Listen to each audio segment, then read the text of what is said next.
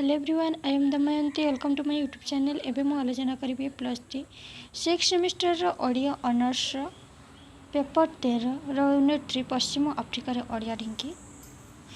Already मु +3 first semester ठार six semester पर्यंत ओडिया और हिस्ट्री ऑनर्स आलोचना कर सारी।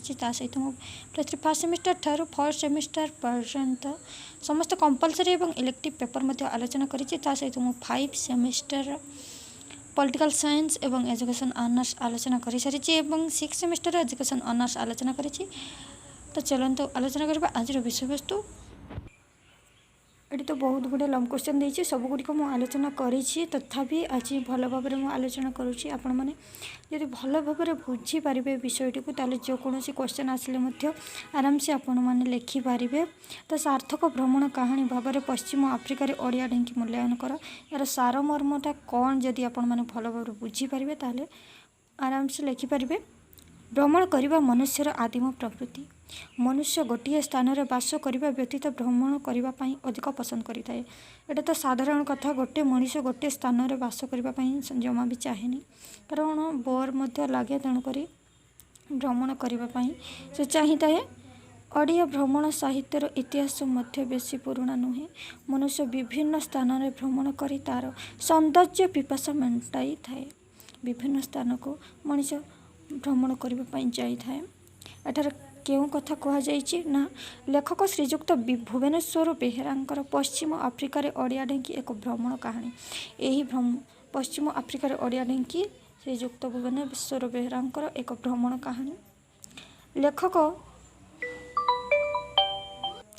भारत सरकार निर्देश क्रमे पश्चिम आफ्रिका यात्रा करते। भारत सरकार निर्देश आसाला और तार निर्देश अनुसार से पश्चिम आफ्रिका को बुलवाक जाइछंती एवं सेठार जहाँ जहाँ देखी सेठाकार लोक मैंने किपरि झील मैंने कौन पिंधती पुओ मैंने कौन पिंधती सेठार लोक मैंने कौन खाती केमिति से माने स्कूल जाती केमिति पाठ पढ़ती सबू विषय से वर्णना करिसेंती।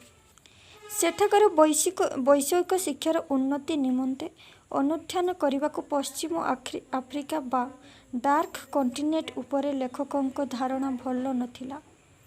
एबे भी सेठारे मनीष पशु परी रही बोली भूगोल क्लास रे पढ़ी। एबे भी सेठारे मनीष माने कौ परी रहउतिले ना पशु परी रहउतिले। सेपरी धारणार मुकुली से सेठारु जीवाकु स्थिर कले। सेठारे मलेरिया परी अनेक रोग मध्य होइथाय। आमर जेपरी एटी थंडा मलेरिया आदि अनेक रोग होता है सेठारे मध्य होता है। सेहीपरि धारणार मुकुली से सेठारे जीवाक स्थिर करथिले। तेणु प्रतिषेधक पूर्वक येलो फीवर पाई इंजेक्शन नेबाठारु आरंभ करी क्लोरोक्विन पर्यंत तांको खाइबाकू होइथाय। सेठारे रोगर प्रतिषेधक पाई क्लोरोक्विन एवं येलो फीवर व्यवहार करा जाए। यथा समय से भारतर विमान पथ यात्रा करथिले। से ठीक समय भारत विमान पथर यात्रा करथिले। तांको प्रथमे मिस्र कायरारू आक्रा जावाक पड़ता।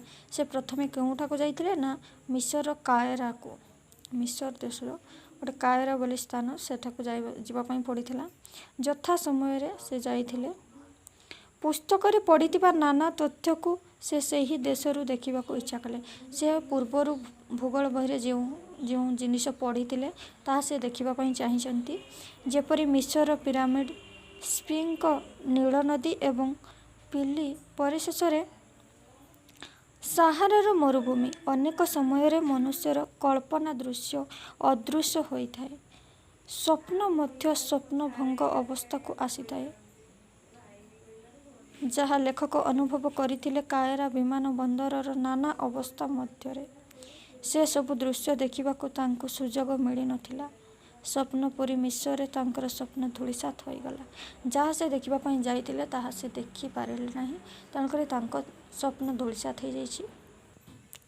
सेठारे से आक्रा जीवा समय विमान रे बसी प्रकृतिर दृश्य उपभोग करुथिले। से सब दृश्य लेखकों लेखनी रे कवित्व भरीदे भ्रमण कहानी को बेस उद्भव करथिला। चक्रकाल रक्त राग और सुनेली रंगरे रंजित होई गलानी। पृथ्वी पृष्ठरे छाया और आलोकर लुचकाड़ी खेल। झरणा और नई ନାଳମାନଙ୍କରେ ସୂର୍ଯ୍ୟ ରଶ୍ମି ଯେମିତି ଝଲକ ଦେଉଛି। ଯେତେ ନଈ ନାଳ ଅଛି ସବୁଥିରେ ସୂର୍ଯ୍ୟ ରଶ୍ମି ପଡ଼ିକି ଝଲଝଲ ଦେଖାଯାଉଛି। ସେ ପାଣିର ଧାରା ସବୁ ତଳର ରୂପ କିମ୍ବା ପାରଦ ପରି ଚକଚକ୍ କରୁଛି। ପାଣିର ରୂପ କିପରି ଦେଖାଯାଉଛି ନା ତରଳ ପାରଦ ପରି ଚକଚକ୍ କରୁଛି। ଆଖି ଝଲସାଇ ପୁଣି ଅଦୃଶ୍ୟ ହୋଇଯାଉଛି। ଅନ୍ୟ ସ୍ଥାନରେ ପୁଣି ଦେଖା ଦେଇଛି ସେହି ରୂପେଲି ସୂତା। ବେଳେ ବେଳେ ବୁଢ଼ିଆଣୀ ଜାଲ ରୂପ ଧରି ମଝିରେ ଛୋଟ ହ୍ରଦ ଆଉ ଜଳଭଣ୍ଡାର ସବୁ ମଧ୍ୟ ଏମିତି ରୂପଲି ଝଲସ ସବୁ ଅରଣ୍ୟ ପୃଥିବୀ ଆଲୋକ ଅନ୍ଧାରରେ ଘୋଡ଼ଣୀ ମଝିରେ ଅଙ୍କେଇ ବଙ୍କେଇ ଦାନବୀର ବିକଟାଳ ରୂପ ଧରି ପଡ଼ି ରହିଛି। ବିରାଟ ନାଇଜର ନଦୀ ଗୌହାଟୀ ନିକଟରେ ବ୍ରହ୍ମପୁତ୍ର ଆକୃତି ନେଇ ଅଭୁଲା ସେ ମାୟାପୁରୀର ଚିତ୍ର ଯେ ମନୋରମ ସେତେ ଭୟଙ୍କର। ପୁନଶ୍ଚ ଫେରିବା ସମୟ ବର୍ଣ୍ଣନା ତାଙ୍କର ବେଶ୍ କାବ୍ୟିକ ଭାବଗର୍ଭକ ଓ ଦର୍ଶନ ସମ୍ବଳିତ। ସେ ଯେତେବେଳେ ଫେରିଛନ୍ତି ଯାହା ଯାହା ଦେଖିଛନ୍ତି ତାହା ବେଶ୍ ମନମୁଗ୍ଧକର। ଯେପରି ବଙ୍ଗାଲ ଗେଜେଟ୍ ବିମାନର ଝରକା ଭିତର ଦେଇ ମୁଁ ଯେତେବେଳେ ତଳକୁ ଅନାଇ ଦେଇଥିଲି ସେ କେଉଁ ବିମାନରେ ଆସିଥିଲେ ନା ବଙ୍ଗାଲ ଗେଜେଟ୍ ବିମାନରେ ସେ ଫେରୁଛନ୍ତି। ଦେଖୁଥିଲି ମେଘଶୂନ୍ୟ ଆକାଶ ତଳେ ମହାସାଗର ଦିଶେ ଚଞ୍ଚଳ ଚପଳ ଓ ଫନୀଳ। ଏହି ଊର୍ଦ୍ଧ୍ୱର କିନ୍ତୁ ଦିଶୁଥିଲା ସୁଗଭୀର ପ୍ରଶାନ୍ତ ଏବଂ କମନୀୟ। ଠିକ୍ ଆମ ମହାସାଗର ଦିଶେ ଚଞ୍ଚଳ ଚପଳ ଫନୀଳ। ସୁଗଭୀର ପ୍ରଶାନ୍ତ ଏବଂ କମନୀୟ ଠିକ୍ ଆମ ମାତୃଭୂମି ପରି। ପାଖରୁ ଊର୍ଦ୍ଧ୍ୱକୁ ଚାହିଁଲେ ସର୍ବେ ଭବନ୍ତୁ ସୁଖିନଃ ସର୍ବେ ସନ୍ତୁ ନିରାମୟ। ସମତ୍ୱ ଜ୍ଞାନର ସ୍ଥିର ଗମ୍ଭୀର ରତ୍ନଗର୍ଭ। ଏହି ବ୍ରହ୍ମାଣ୍ଡ ନିଜେ ଶୂନ୍ୟ ମହାଶୂନ୍ୟ ହୋଇ ଗୁଣ ଓ ବିକାର ଯୁକ୍ତ ଏବଂ ତାହା ହିଁ ପ୍ରକୃତି। ଆଫ୍ରିକୀୟ କେତେକ ଅଞ୍ଚଳ ସନ୍ତସନ୍ତିଆ ସେଟିସ୍ ମାଛି ସେଠାରେ ଦୌରାତ୍ମ୍ୟ କରନ୍ତି। ସେଠାରେ କେଉଁ ମାଛିମାନେ ଦୌରାତ୍ମ୍ୟ କରନ୍ତି ନା ସେଟିସ୍ ମାଛି। ଏଇଟା ସର୍ଟ କୋଶ୍ଚିନ୍ରେ ପଡ଼ିବାର ସମ୍ଭାବନା ଅଛି। ଯାହା ଫଳରେ ସାପ ବିଛା ଗୃହପାଳିତ ପଶୁ ପରି ରହିପାରନ୍ତି ନାହିଁ। ସେଠାରେ ସାପ ବିଛା ଗୃହପାଳିତ ପଶୁ କେହି ରହିପାରନ୍ତି ନାହିଁ କାରଣ ସେଠାରେ ସେଟିସ୍ ମାଛି ବହୁତ ଥାନ୍ତି ତେଣୁକରି ସେଠାରେ ରହିପାରନ୍ତି ନାହିଁ। ସେମାନଙ୍କ ମଟର ଗାଡ଼ି ରାସ୍ତାର ଡାହାଣ ପଟେ ଚାଲେ। ଆମର ଏଠି ମଟର ଗାଡ଼ି ରାସ୍ତାର ବାଁ ପଟେ ଚାଲେ କିନ୍ତୁ ସେଠାରେ ଡାହାଣ ପଟେ ଚାଲେ। ସେମାନଙ୍କ ଖାଦ୍ୟ ଆମଠାରୁ ସାମାନ୍ୟ ଭିନ୍ନ ହେଲେ ମଧ୍ୟ ଆମ ପରି ମାଂସ ଖାଆନ୍ତି ଚିଙ୍ଗୁଡ଼ି ମଧ୍ୟ ଖାଆନ୍ତି। ବିଫ ସେମାନଙ୍କର ଖାଦ୍ୟ। କ'ଣ ନା ବିଫ। ପ୍ରାୟତଃ ମଦ୍ୟପାନକୁ ସେମାନେ ପାପ ବୋଲି ଭାବନ୍ତି ନାହିଁ। ସେମାନେ ମଦ୍ୟପାନ ମଧ୍ୟ କରନ୍ତି। ଖାଦ୍ୟ ଶେଷରେ ସୁମିଷ୍ଟ ଏପଲ୍ ପାଏ ପରିବେଷଣ କରାଯାଏ। ସେମାନେ ଖାଦ୍ୟ ଶେଷରେ ଏପଲ୍ ପାଏ ଖାଆନ୍ତି। ଏଠାରେ ରାଜନୈତିକ ନେତାମାନଙ୍କୁ ବିଶେଷ ପ୍ରାଧାନ୍ୟ ଦିଆଯାଏ ନାହିଁ ଆମ ଦେଶ ଭଳି। ଆମ ଦେଶରେ ଯେମିତି ରାଜନୈତିକ ନେତାକୁ ଅଧିକ ପ୍ରାଧାନ୍ୟ ଦିଆଯାଏ ସେଠାରେ ନାହିଁ। ସେଠାରେ ସେପରି ଦିଆଯାଏ ନାହିଁ। ସମସ୍ତଙ୍କୁ ସମାନ ଭାବରେ ଦେଖାଯାଏ। ସେମାନେ ସାଧାରଣ ନାଗରିକ ଭଳି ଟିକେଟ୍ କରି ମନୋରଞ୍ଜନ କାର୍ଯ୍ୟକ୍ରମକୁ ଉପଭୋଗ କରନ୍ତି। ଏଠାରେ ଯେପରି ଗୋଟେ ଅପେରା ହେଉ କିମ୍ବା ସିନେମା ହେଉ ଯଦି ରାଜନେତାମାନେ ବଡ଼ ବଡ଼ ରାଜନେତାମାନେ ଯାଆନ୍ତି ସେମାନଙ୍କୁ ଟିକେଟ୍ ନିଆଯାଏ ନାହିଁ। କିନ୍ତୁ ସେଠାରେ ସମସ୍ତେ ସାଧାରଣ ଜନତା ଯେପରି ଟିକେଟ୍ କରନ୍ତି ସେଠାରେ ବଡ଼ ବଡ଼ ରାଜନେତାମାନେ ମଧ୍ୟ ଟିକେଟ୍ କରିକି ଦେଖିବାକୁ ଯାଆନ୍ତି। ଲାଇବେରିଆରେ ଏକ ମନୋରଞ୍ଜନର କାର୍ଯ୍ୟକ୍ରମରେ ଲେଖକ ସେମାନଙ୍କ ନାଚ ଗୀତ ଉପଭୋଗ କରି ଆନନ୍ଦିତ ହୋଇଥିଲେ। ସେ ଏକ ମନୋରଞ୍ଜନ କାର୍ଯ୍ୟକ୍ରମକୁ ଯାଇଥିଲେ ଏବଂ ସେଠାରେ ନାଚ ଗୀତ ଦେଖିକି ବହୁତ ଉପଭୋଗ କରିଥିଲେ। ସେଠାରେ ଖ୍ରୀଷ୍ଟିଆନ ଧର୍ମ ଓ ଇସଲାମ ଧର୍ମର ଦ୍ରୁତ ପ୍ରସାର ଚାଲିଛି। ସେଠାରେ ଖ୍ରୀଷ୍ଟିଆନ ଓ ଇସଲାମ ଧର୍ମର ଦ୍ରୁତ ପ୍ରସାର ଚାଲିଛି। ଲେଖକ ସେମାନଙ୍କ ସାଧାରଣ ଜୀବନ ଚିତ୍ର ଦେଖିବାକୁ ଚାହିଁଛନ୍ତି ଯାହା ପ୍ରକୃତ ଆଫ୍ରିକାର ଚିତ୍ର। ଜଣେ ରାଜା ଅତିଥି ଭାବରେ ସେ ହୋଟେଲ ମଧ୍ୟରେ ବନ୍ଦୀ ହୋଇ ସେସବୁ ଦୃଶ୍ୟ ବଞ୍ଚିତ ହୋଇଥିଲେ।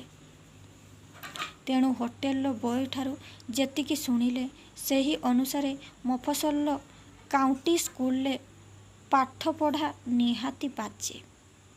ସେ କ'ଣ ଶୁଣିଲେ ହୋଟେଲ ବୟଠାରୁ ନା ସେଠାରେ ଯେଉଁ ମଫସଲର କାଉଣ୍ଟି ସ୍କୁଲ ଅଛି ସେଠାରେ ପାଠପଢ଼ା ନିହାତି ବାଜେ ମାନେ ଭଲ ପାଠପଢ଼ା ହୁଏ ନାହିଁ।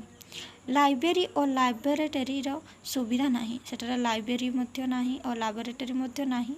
ଭଲ ଶିକ୍ଷକମାନେ ମଧ୍ୟ ନାହାନ୍ତି। ବହିପତ୍ର ତଥା ପାଠ୍ୟ ଉପକରଣ ବାହାରୁ ଆସୁଥିବାରୁ ଏତେ ମହଙ୍ଗା ଯେ ତାଙ୍କ ଗରିବ ବାପା ମା ମାନେ ସେସବୁ କିଣିବାକୁ ଅକ୍ଷମ। ସେଠାରେ ସବୁ ବହିପତ୍ର ମଧ୍ୟ ଲାଇବ୍ରେରୀରେ ଯେହେତୁ ମିଳେନି, ବାହାରୁ କିଣିବା ପାଇଁ ପଡ଼େ ଏବଂ ଦାମ ମଧ୍ୟ ବହୁତ ଅଧିକ। ତେଣୁକରି ଗରିବ ବାପା ମା ମାନେ ତାହା କିଣିପାରନ୍ତି ନାହିଁ। ଲେଖକ ରହୁଥିବା ହୋଟେଲରେ ଜଣେ ପର୍ଯ୍ୟଟକର ଦୈନିକ ଖର୍ଚ୍ଚ ଯେତିକି, ହୋଟେଲ ବୟଟିର ମାସିକ ଦରମା ସେତିକି। ସେ ହୋଟେଲରେ ଯେଉଁ ଲୋକଟି ରହୁଥିଲା ତାର ପ୍ରତିଦିନ ଯେତିକି ଖର୍ଚ୍ଚ ହୁଏ, ସେ ହୋଟେଲରେ ଚାକିରି କରୁଥିବା ହୋଟେଲ ବୟଟିର ମାସରେ ସେତିକି ଦରମା। କେତେ ନା $50-60। ଭାରତ ଭଳି ସେଠାରେ ମଧ୍ୟ ରହିଛି ସ୍ଲମ୍ ଅଞ୍ଚଳ। ସେଠାରେ ରହୁଥିବା ଲୋକମାନେ ସେହି ଘରେ ରହିବା ଖାଇବା ପାଇଁ ଦୈନିକ $1 ଦିଅନ୍ତି। ସେ ହୋଟେଲରେ ଯେଉଁମାନେ ରହନ୍ତି ସେମାନେ ଗୋଟେ ଦିନରେ $1 ଦିଅନ୍ତି ରହିବା ଆଉ ଖାଇବାର ଖର୍ଚ୍ଚ। ଘରଗୁଡ଼ିକ ଯାବତୀୟ ଭଙ୍ଗାରୁଜା ଜିନିଷରେ ଛପର ଦିଆଯାଇଥିବା ଛାତ। ସେଠାରେ କ'ଣରେ ତାଙ୍କର ଛାତ ଦିଆଯାଇଥାଏ ନା ଯାବତୀୟ ଭଙ୍ଗାରୁଜା ଜିନିଷ ପତ୍ରରେ, ଯେଉଁ ଭଙ୍ଗାରୁଜା ଜିନିଷପତ୍ର ସେଥିରେ ଛପର ଦିଆଯାଇଥାଏ ଘରର। ସେପରି ଘର ଭାରତର ଆୱାର୍ଡ ଷ୍ଟେସନ, ନିଜାମୁଦ୍ଦିନ ଷ୍ଟେସନ ଓ ଦିଲ୍ଲୀ ନଗରୀରେ ଦେଖିବାକୁ ମିଳିଥାଏ। ଲାଇବେରିଆରେ ଆମେରିକାର ପ୍ରଭାବ ବେଶୀ, ତେଣୁ ଲାଇବେରିଆକୁ କଳା ଆମେରିକା, ଛୋଟ ଆମେରିକା ଓ ଆଫ୍ରିକାନ ଆମେରିକା ବୋଲି କହିଥାନ୍ତି। 400 ବର୍ଷ ତଳେ ସେଠାକାର ମଣିଷମାନଙ୍କୁ ବଣର ହରିଣ ପରି ଧରି ନେଇ ଆରବ ଦେଶର ବଜାରରେ ବିକ୍ରି କରାଯାଉଥିଲା। 4 ବର୍ଷ ତଳେ କ'ଣ କରାଯାଉଥିଲା ନା ସେଇ ଲାଇବେରିଆର ଲୋକମାନଙ୍କୁ ବଣର ହରିଣକୁ ଯେମିତି ଧରି ନେଇ ବିକ୍ରି କରାଯାଏ, ସେହିପରି ସେମାନଙ୍କୁ ଧରି ନେଇ ଆରବ ଦେଶର ବଜାରରେ ବିକ୍ରି କରାଯାଉଥିଲା। ପୁଣି ଆମେରିକାନ ମାନେ ତାଙ୍କୁ ନେଇ ତାଙ୍କ କପା କ୍ଷେତ୍ରରେ ଖଟାଉଥିଲେ। କ୍ରୀତଦାସ ପ୍ରଥା ଉଠିଯିବା ପରେ ନିଜ ଦେଶକୁ ଫେରିବା ଆଫ୍ରିକୀୟମାନେ ଆମେରିକାର ସଭ୍ୟତା ସଂସ୍କୃତି ପରି ପ୍ରତ୍ୟାବର୍ତ୍ତନ କରିଥିଲେ। ସେତେବେଳେ ସେମାନଙ୍କୁ ଯେଉଁ ଆମେରିକାରେ ନେଇକି ବିକ୍ରି କରାଯାଇଥିଲା, ଯେତେବେଳେ କ୍ରୀତଦାସ ପ୍ରଥା ଉଠିଗଲା ସେତେବେଳେ ଆଫ୍ରିକୀୟମାନେ ନିଜ ଦେଶକୁ ଫେରିଲେ ଏବଂ ସେ ଆମେରିକାର ବେଶ ପୋଷାକକୁ ସବୁ ସେମାନେ ଶିଖିକି ଆସିଥିଲେ। ତେଣୁକରି ଲାଇବେରିଆର ଗଣରାଜ୍ୟ ଶାସନ ପଦ୍ଧତି, ମୁଦ୍ରା, ଭାଷା ମଧ୍ୟ ହେଲା ଆମେରିକା ପରି। ତାଙ୍କର ବେଶ ପୋଷାକ, ଭାଷା ସବୁକିଛି ଆମେରିକା ପରି ହୋଇଯାଇଥିଲା। ଲେଖକ ମଧ୍ୟ ସେଠାରେ ସେଣ୍ଡି ସୋସାଇଟିର ଝିଅକୁ ଦେଖିଥିଲେ। ସେହି ଝିଅମାନେ ବିବାହ ପୂର୍ବରୁ ଖୋଲା ଦେହରେ ରହନ୍ତି। ସେ ଲାଇବେରିଆରେ ଝିଅମାନେ ବିବାହ ପୂର୍ବରୁ ଦେହରେ ପୋଷାକ ପିନ୍ଧନ୍ତି ନାହିଁ। ଏକ ରକମର କାଠୁଆ ଚିକ୍କଣ ମୋଟା ବୋକ୍ ପାଉଡର ଏବଂ ନାନା ରକମର ସାବୁନ ଅତର ମିଶାଇ ନିଜ ଦେହରେ ଲେପି ଦେଇଥାନ୍ତି। ଏଇଟା ସର୍ଟ କୋଶ୍ଚେନରେ ପଡ଼ିବାର ସମ୍ଭାବନା ଅଛି। ମାନେ ସେଣ୍ଡି ସୋସାଇଟିର ଝିଅମାନେ କିପରି ରହୁଥିଲେ ଆପଣମାନେ ଭଲସେ ମନେ ରଖିଥିବେ। ଆଉ କୌଣସି ଧରଣର ଅଳଙ୍କାର ପିନ୍ଧନ୍ତି ନାହିଁ। ସେଠାରେ ବଣୁଆ ଫଳମୂଳ, ତୈଳମଫଦ,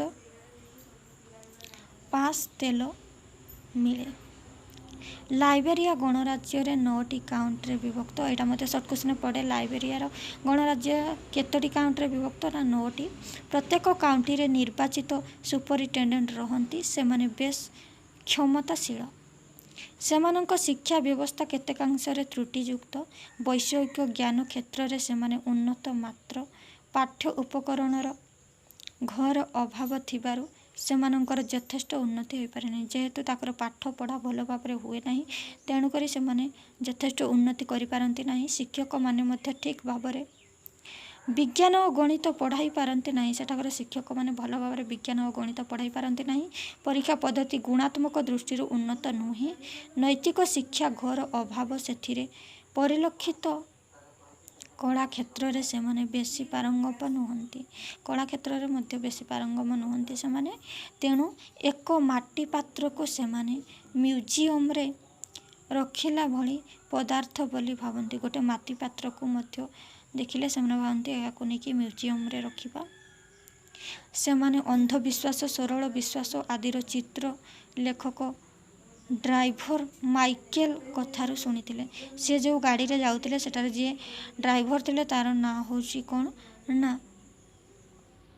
ମାଇକେଲ ତାଙ୍କ ପାଖରେ କ'ଣ ଶୁଣିଥିଲେ ନା ସେଠାରେ ଲୋକମାନେ ଅନ୍ଧବିଶ୍ୱାସକୁ ବିଶ୍ୱାସ କରନ୍ତି। ଏବେ ବି ସେମାନେ ମଧ୍ୟ ଭୂତ ପ୍ରେତର ଧାରଣା ରହିଛି। ସେମାନେ ହାଇପ୍ରିଷ୍ଟ ଓ ଅରେକଲମାନଙ୍କୁ ସମ୍ମାନ ଦିଅନ୍ତି, ଚେରମୂଳିରେ ରୋଗ ଭଲ କରାନ୍ତି। ଔଷଧର ଦାମ ଢେର ଅଧିକ। ସେଠାରେ ଔଷଧର ଦାମ ଯେହେତୁ ବହୁତ ଅଧିକ, ତେଣୁକରି ସେମାନେ ଯାହା କିଛି ଦେହ ଖରାପ ହେଲେ ଚେରମୂଳି ଖାଇକି ଭଲ କରିଥାନ୍ତି।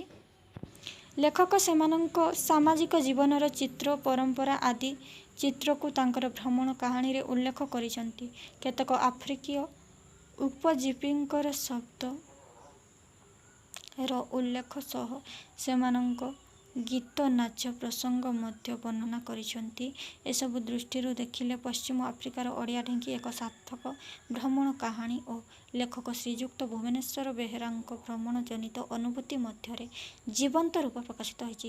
ସେ ସେଠାରେ କିପରି ଲୋକମାନଙ୍କର ଚାଲିଚଳଣି, ବେଶ ପୋଷାକ ଏବଂ ସେଠାର ପାଠପଢ଼ା କିପରି, ସେଠାରେ ଲାବୋରେଟୋରୀ, ଲାଇବ୍ରେରୀର କିପରି, ସେଠାରେ ଔଷଧ କିପରି, ସେଠାରେ ଡାକ୍ତରଖାନା କିପରି, ସବୁକିଛି ଭଲ ଭାବରେ ବୁଲିକି ଦେଖିକି ଲେଖକ ତାକୁ ବର୍ଣ୍ଣନା କରିଛନ୍ତି। ଏହା ହିଁ ଏ ବିଷୟବସ୍ତୁର ସାରମର୍ମ। ତେଣୁକରି ଯେତେ ଅଧିକ କରି ଆପଣମାନେ ଲେଖିପାରିବେ। ଯେହେତୁ ଆମର 60 ମାର୍କର ଏକ୍ଜାମ୍ ହେବ, ଆମର ତ 80 ମାର୍କର ହେବ ନାହିଁ, କାରଣ 20 ମାର୍କ ଆମର ଇଣ୍ଟରନାଲ୍ ହେଇଯାଇଛି ଆଉ 20 ମାର୍କ ପ୍ରୋଜେକ୍ଟ ହେଇଯାଇଛି। ତେଣୁକରି ଆଉ 60 ମାର୍କ ହେବ। ତେଣୁକରି ଯଦି ଲଙ୍ଗ କ୍ୱେଶ୍ଚନ୍ ଆଉ ସର୍ଟ କ୍ୱେଶ୍ଚନ୍ ପଡ଼େ ତାହେଲେ ଆଗରୁ 15 ମାର୍କ ଲେଖା 4ଟା ଆମର ଲଙ୍ଗ କ୍ୱେଶ୍ଚନ୍ ପଡ଼ିଥିଲା, ସେଇଟା 10 ମାର୍କ ଲେଖା ପଡ଼ିପାରେ ଏବଂ 2 ମାର୍କିଆ 10ଟା ପଡ଼ିପାରେ। ଦେଖିବା କିପରି କ୍ୱେଶ୍ଚନ୍ ଆନ୍ସର୍ ଆସୁଛି। ନେକ୍ସଟ, କାଏରାରୁ ଆକ୍ରା ଯିବାରେ ଲେଖକଙ୍କର ଅନୁଭୂତି। ସେଇଠି ସବୁ ଅଛି, ଫାଷ୍ଟ ଲଙ୍ଗ କ୍ୱେଶ୍ଚନ୍ରେ ସବୁକିଛି ଅଛି, ତଥାପି ଟିକେ ଆଲୋଚନା କରିଯାଉଛି। ଲେଖକ ଶ୍ରୀ ବେହେରା ପଶ୍ଚିମ ଆଫ୍ରିକା ଭ୍ରମଣ ଜନିତ ଯାଇଥିଲେ। ସେ ମିଶରର ରାଜଧାନୀ କାଏରାରେ ପହଞ୍ଚି ନାନା ଦୁର୍ଦ୍ଦଶାର ସମ୍ମୁଖୀନ ହୋଇଥିଲେ। ସେ ମିଶରର ରାଜଧାନୀ କେଉଁଠି ପହଞ୍ଚିଥିଲେ ନା କାଏରାରେ, ଆଉ ନାନା ଦୁର୍ଦ୍ଦଶାର ମଧ୍ୟ ସମ୍ମୁଖୀନ ହୋଇଥିଲେ। ରାତିରେ ହୋଟେଲରେ ସେ କୋଠରୀରେ ଥିଲେ ମଧ୍ୟ ମନ ଚାହୁଁଥାଏ ମିଶରର ପିରାମିଡ୍ ଏବଂ ମିଶରୀୟ ମମିକୁ ଦେଖିବା ପାଇଁ। କାଏରା ସହରର 5-6 ମାଇଲ ଦୂରରେ ଗୋଟିଏ ପିରାମିଡ୍ ଅଛି ବୋଲି ସେ ଶୁଣିଥିଲେ। $50 ମିଶରୀୟ ମୁଦ୍ରା ଦେଇ ଟ୍ରାନଜିଟ୍ ଭିସା କରାଇବାକୁ ଭାବୁଥିବା ବେଳେ ସେ ଇଣ୍ଡିଆନ୍ ଏଜେଣ୍ଟ ଦେଖା ହୋଇ ତାଙ୍କୁ ବାରଣ କରିଥିଲେ। ସେ ଭାବିଥିଲେ କ'ଣ ନା $50 ମିଶରୀୟ ମୁଦ୍ରା ସେ ଟ୍ରାନଜିଟ୍ ଭିସା କରାଇବାକୁ, କିନ୍ତୁ କିଏ ମନା କରିଥିଲେ ନା ଇଣ୍ଡିଆନ୍ ଏଜେଣ୍ଟ ତାକୁ ମନା କରିଥିଲେ। ଆରବ ଅଞ୍ଚଳରେ ନାନା ରକମର ଗୋଳମାଳ ଲାଗି ରହିଥିବାରୁ ସେଠାରେ ଏତେ କଟକଣା ଯେ ରାତିରେ ବାହାରୁ ଟ୍ରାନଜିଟ୍ ଲାଉଞ୍ଜକୁ ନିରାପତ୍ତାରେ ଫେରିବା ସହଜ ନୁହେଁ। ସେଠି ବହୁତ କିଛି ଗଣ୍ଡଗୋଳ ହୋଇଥିଲା, ତେଣୁକରି ସେ ନିରାପତ୍ତାରେ ଫେରି ପାରିନଥିଲେ। ତେଣୁ ଲେଖକ ବାହାରକୁ ନ ଯାଇ ସେହି ଭିତରେ ବୁଲିବାକୁ ବାହାରିଲେ। ସେ ବାହାରକୁ ଗଲେ ନାହିଁ, ସେ ଭିତରେ ହିଁ ସେ ବୁଲିଲେ। ଆମ ଦେଶର ହିମାଳୟ ପର୍ବତମାଳା, ହଳଦିଆ ଚାଇନିଜ୍ ଜାତି ଏ ସାବନା ଭାରତୀୟଙ୍କୁ ଅଲଗା କଲାପରି ଆଫ୍ରିକାରେ ସାହାରା ମରୁଭୂମି ସେହିପରି। ମରୁଭୂମିର ଉତ୍ତରରେ ଥିବା ବାଦାମିଆ ଆରବୀୟ ଲୋକଙ୍କୁ ଓ ଦକ୍ଷିଣରେ ଥିବା କଳା ନିଗ୍ରୋଙ୍କୁ ଅଲଗା କରିଦେଇଛି। ଆମ ଭାରତବର୍ଷକୁ ଯେମିତି ହିମାଳୟ ପର୍ବତ 2 ଭାଗରେ କରିଦେଇଛି, ସେଠାରେ ସେହିପରି କ'ଣ ନା ଆଫ୍ରିକାରେ ସାହାରା ମରୁଭୂମି ତାଙ୍କ ଆଫ୍ରିକାକୁ 2 ଭାଗ କରିଦେଇଛି। ମାତ୍ର ନୀଳ ନଦୀର ଅବବାହିକାକୁ ମରୁଭୂମି ଦ୍ୱିଖଣ୍ଡିତ କରିପାରି ନାହିଁ। କାଏରାର ବିମାନ ବନ୍ଦର ତେଣୁ ୟୁରୋପୀୟ ଆରବ ନିଗ୍ରୋଙ୍କୁ ନେଇ ରଙ୍ଗୀନ ଜଣାପଡ଼େ।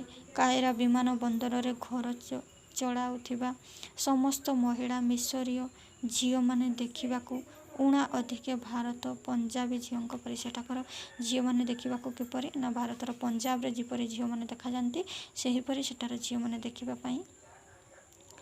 ଟ୍ରାଉଜର, ସୁଟ୍ ବୁଟ୍ ଓ ବବ୍ ହେୟାର। ସେଠାର ଝିଅମାନେ କ'ଣ ପିନ୍ଧନ୍ତି? ଟ୍ରାଉଜର, ସୁଟ୍ ବୁଟ୍ ଏବଂ ବବ୍ ହେୟାର ଷ୍ଟାଇଲ ତାଙ୍କର ବବ୍ କଟ୍ କରିଥାନ୍ତି। ସମସ୍ତଙ୍କ ଆଖିର ଉପର ପତାରେ ଫିକା ନୀଳ ପଲିସ ସରୁ କଳା ଅଟେ। ତାଙ୍କର ଆଖିର ଉପରେ ଫିକା ନୀଳର ସରୁ କଲି। ଭୋରରେ ଭାରତୀୟ ଝିଅଙ୍କ ପରି ସେମାନେ ଗାମ୍ଭୀର୍ଯ୍ୟ ନାହାନ୍ତି। କଥା କଥାକେ ଖିଁ ଖିଁ ହସ। ସେମାନେ କଥା କଥାକେ ଖିଁ ଖିଁ ହସ ମାରନ୍ତି। ଏଇଟା ମଧ୍ୟ ସର୍ଟ କ୍ୱେଶ୍ଚନରେ ପଡ଼େଇ ପାରେ। ସେଠାକାର ଝିଅମାନଙ୍କର କିପରି ସବୁ ଥିଲା ଆପଣମାନେ ମନେ ରଖିଥିବେ। ଝିଅମାନେ ଦେଖିବାକୁ କିପରି ଥିଲେ। ଲେଖକ କଷ୍ଟମଷ୍ଟ ଫ୍ରି ବଜାରରେ କ୍ୟାସେଟ୍ କ୍ୟାମେରା ଗୁଡ଼ିକ ଦାମ ଅଧିକ ଥିଲେ ବି ସେଥିରୁ କିଣିଛନ୍ତି। ସେଠାରେ କ୍ୟାସେଟ୍ ଆଉ କ୍ୟାମେରା ଗୁଡ଼ିକର ଦାମ ବହୁତ ଅଧିକ, ତଥାପି ଲେଖକ କିଣିଛନ୍ତି। ଟ୍ୟାକ୍ସ ଅଧିକ ପଡ଼ିଯିବ ଭାବି ଲେଖକ ବିରତ ହେଲେ, କାରଣ ଟ୍ୟାକ୍ସ ଅଧିକ ପଡ଼ିଯିବ ବୋଲି ବିରକ୍ତ ମଧ୍ୟ ହୋଇଛନ୍ତି। ଲେଖକ ରାତି ଭୋଜନ ବାଟରେ ସାରି କୋଠରୀକୁ ଫେରି ଯାଇଥିଲେ। ସେ ଖାଇସାରିବା ପରେ କୋଠରୀକୁ ଫେରିଗଲେ। ହୋଟେଲରେ ଯାଇ ଶୋଇପଡ଼ିଲେ। ବାହାର ଫର୍ଚ୍ଚା ହେବାରୁ ତାଙ୍କର ନିଦ ଭାଙ୍ଗିଲା ସକାଳ 6ଟା କି 6:30ରେ। ତାଙ୍କର ନିଦ ଭାଙ୍ଗିଛି ହେବ ବୋଲି ସେ ଭାବିଥିଲେ। ସକାଳ 6ଟା କି 6:30 ହେଇଛି ବୋଲି ସେ ଭାବିଥିଲେ, ମାତ୍ର ସେତେବେଳକୁ 4ଟା ହୋଇଥିଲା। ମରୁ ଦିଗନ୍ତରେ 6ଟା ବେଳେ ଚାରିଆଡ଼େ ଫଟା ଦିଶିବା ସ୍ୱାଭାବ। ଟ୍ରାନଜିଟ୍ ଲାଉଞ୍ଜକୁ ବୁଲିବାକୁ ଯାଇ ଲେଖକ ଦେଖିଲେ ସେଠାରେ ଲୋକାରଣ୍ୟ। ସେ 4ଟା ବେଳେ ସେ ଉଠିଲେ, ତାପରେ ସେ 6ଟା ବାଜିଛି ଭାବୁଥିଲେ, କିନ୍ତୁ 4ଟା ବାଜିଥିଲା। ତାପରେ ସେ ବୁଲିବା ପାଇଁ ଗଲେ। ସେଠାରେ ଦେଖିଲେ କ'ଣ, ଲୋକାରଣ୍ୟ, ବହୁତ ଲୋକରେ ଭିଡ଼। ହଠାତ୍ ତାଙ୍କର ଆଖି ପଡ଼ିଲା ଏକ ଲମ୍ବା କ୍ୟୁ ଉପରେ। ଜଣେ ଭାରତୀୟଙ୍କୁ ସେ କ୍ୟୁରେ ଦେଖି ଲେଖକ ଜାଣିଲେ ଯେ ଆଗ୍ରା ଯିବାକୁ ସେହି ଗୋଟିଏ ପ୍ଲେନ୍। ସେ ଗୋଟେ ଲମ୍ବା କ୍ୟୁ ଦେଖିଲେ ଏବଂ ପଚାରି ବୁଝିଲେ ଯେ ଆଗ୍ରା ଯିବାକୁ ସେଇଟା ଗୋଟେ ମାତ୍ର ପ୍ଲେନ୍। ବୋଧହୁଏ ସମୟ ବଦଳି ଯାଇଥିଲା, ମାତ୍ର ଦିଲ୍ଲୀର ଏୟାର ଇଣ୍ଡିଆନ୍ ତାଙ୍କ ଟିକେଟ୍ 2.30 ଲେଖି ଦେଇଥିଲେ। ପୂର୍ବଦିନ ସନ୍ଧ୍ୟାରେ ବି ଇଜିପ୍ସିଆନ୍ ଏୟାର ଲାଇନ୍ସ ଟିକେଟ୍ ଓ ପାସପୋର୍ଟ ଦେଖିଲା ବେଳେ କିଛି କହି ନଥିଲେ। ଲେଖକଙ୍କ ଛାତିରେ ପବନ ଅଟକି ଯାଇଥିଲା ପରି ଲାଗିଲା। ସେ ଇଜିପ୍ସିଆନ୍ ଏୟାର ଲାଇନ୍ସ କାଉଣ୍ଟରକୁ ଦୌଡ଼ିଲେ। ସେମାନେ ବୋଧହୁଏ ଲେଖକଙ୍କୁ ଖୋଜୁଥିଲେ। ତାଙ୍କର ପାସପୋର୍ଟ ଟିକେଟ୍ ନେଇ ଆଗ୍ରା ପ୍ଲେନ୍ 12ଟାରେ ଜଣାଇ ଶୀଘ୍ର ନିଜ ପତ୍ର ଆଣି ବୋର୍ଡିଂ ପାସ୍ ସଂଗ୍ରହ ପାଇଁ ପରାମର୍ଶ ଦେଇଥିଲେ। ଲେଖକ ତରବରରେ ହୋଟେଲ କୋଠରୀରୁ ସୁଟକେସ୍ ଓ ଆଟାଜି ଘୋଷାଡ଼ି ଆଣି 10 ମିନିଟ୍ ଭିତରେ ଲଗେଜ୍ ନେଇ ଇଜିପ୍ସିଆନ୍ ଏୟାରଲାଇନ୍ସର ଆଗ୍ରା କାଉଣ୍ଟରରେ ପହଞ୍ଚିଲେ। 10 ମିନିଟ୍ରେ ସେ ଶୀଘ୍ର ଯାଇକି ରୁମ୍ରୁ ତାଙ୍କର ବ୍ୟାଗ୍ ପତ୍ର ନେଇ ଆସିଲେ। ସେଠାରେ କିଛି ଭିଡ଼ ନଥିଲା। ସେଠାରୁ ବୋର୍ଡିଂ ପାସ୍ ସଂଗ୍ରହ କରି ନେଇଥିଲେ।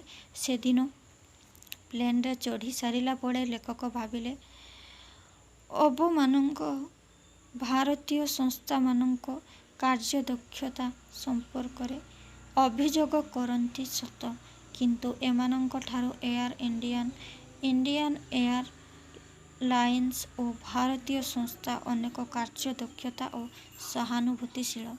ମିଶର ଦେଶର ବୋଇଂ ବିମାନରେ ଲେଖକଙ୍କ ଯାତ୍ରା ଦ୍ୱିତୀୟ ପାଦ କାଏରୋରୁ ଆଗ୍ରା। ବିମାନରେ ଉଡ଼ିବା ବେଳେ ନୀଳ ନଦୀର ସେହି ସବୁଜ ଉପତ୍ୟକା ଉଭେଇ ଯାଇ ବାଦାମୀ ରଙ୍ଗର ଅସରନ୍ତି ମରୁଭୂମି ଦୃଷ୍ଟିଗୋଚର ହେଲା। ବିମାନ ମଧ୍ୟରେ ନାଇଜେରିଆ ଯାଉଥିବାର ଜଣେ 2 ଜଣ ଭାରତୀୟ ଓ କେତେଜଣ ଲେବାନିଜ୍କୁ ଛାଡ଼ିଦେଲେ ବାକି ଯାତ୍ରୀ ନିଗ୍ରୋ। ସେ ବିମାନ ଭିତରେ ଲୋକମାନେ ସମସ୍ତେ ନିଗ୍ରୋର ଅଧିକ ଥିଲେ। ଜଣେ 2 ଜଣ ଭାରତୀୟ ଓ କେତେକ ଲାଇବେରିଆନଙ୍କୁ ଛାଡ଼ିଦେଲେ। ସାଧାରଣ ଭାରତୀୟଙ୍କ ତୁଳନାରେ ଏମାନେ ଦେଖିବାକୁ ବେଶ୍ ବଡ଼। ଭାରତୀୟମାନଙ୍କର ଉଚ୍ଚତା ଯେତିକି, ନିଗ୍ରୋ ଲୋକମାନେ ଉଚ୍ଚତାରେ ବହୁତ ଅଧିକ।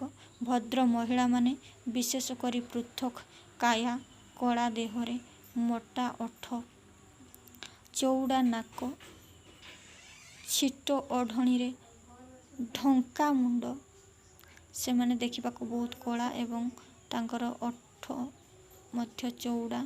ଚଉଡ଼ା ହେଉଛି ନାକ ଏବଂ ବଡ଼ ବଡ଼ ହ୍ୟାଣ୍ଡବ୍ୟାଗ୍ ସେମାନଙ୍କ ରୂପକୁ ଆହୁରି ବୃଷାଳ କରି ତୋଳି ଧରିଥିଲା। ସେମାନେ ବଡ଼ ବଡ଼ ହ୍ୟାଣ୍ଡବ୍ୟାଗ୍ ଧରିଥିଲେ। ଲେଖକଙ୍କ ସାମ୍ନାର ସିଟ୍ରେ 2 ଜଣ ଝିଅ ବସିଥିଲେ।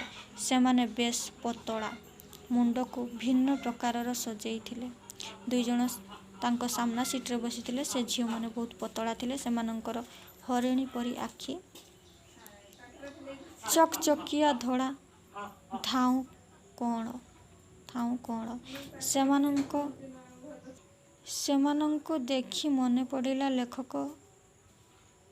ଲେଖକ ମନେ ପଡ଼ି ଯାଇଥିଲା ଅଙ୍କଲ ଟମସ୍ କେବିନ୍ ମଇଁଷି ପାଖରୁ ତା ବାଛୁରୀକୁ କି ଛଡ଼ାଇ ନେଲା ପରି।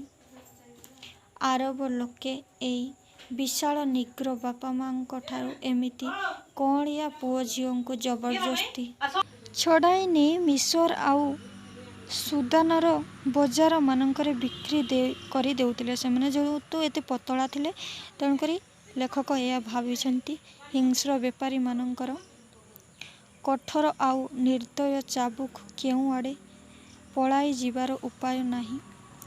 ଏକ ପାଖରେ ଗଭୀର ସମୁଦ୍ର, ଅନ୍ୟ ଚାରିଆଡ଼େ ସର୍ବଗ୍ରାସୀ ସାହାରା ମରୁଭୂମି। 3 ଘଣ୍ଟା କାଳ ସାହାରା ଦୃଶ୍ୟ ଦେଖି ଲେଖକ ଅନେକ କିଛି ଭାବିନେବା ବେଳେ ଘୁମେଇ ବସିଲେ। କିଛି ଭାବିଲେ ସବୁ ବାଟେ ଦେଖିକି, ତାପରେ ଘୁମେଇ ବସିଲେ। ଆଖି ଖୋଲି ଦେଖିଲେ କାଁ ଭାଁ କେତେ ବୁଦାଳିଆ ଗଛ। ନାଇଜେରିଆ ଦେଶରେ ଇସଲାମିକ ଶିକ୍ଷାର ଏକ ବିଶ୍ୱବିଦ୍ୟାଳୟ-ସ୍ତରୀୟ କେନ୍ଦ୍ର। ଧୀରେ ଧୀରେ ବିମାନଟି ଘୋର ଅରଣ୍ୟ ଭିତରେ ପଶିଲା। ସମୟ 5:30 ହୋଇଥିଲା ବେଳେ ଚକ୍ରବାଳ ରକ୍ତାରାଗ ଓ ସୁନେଲି ରଙ୍ଗରେ ରଞ୍ଜିତ ହୋଇଥିଲା।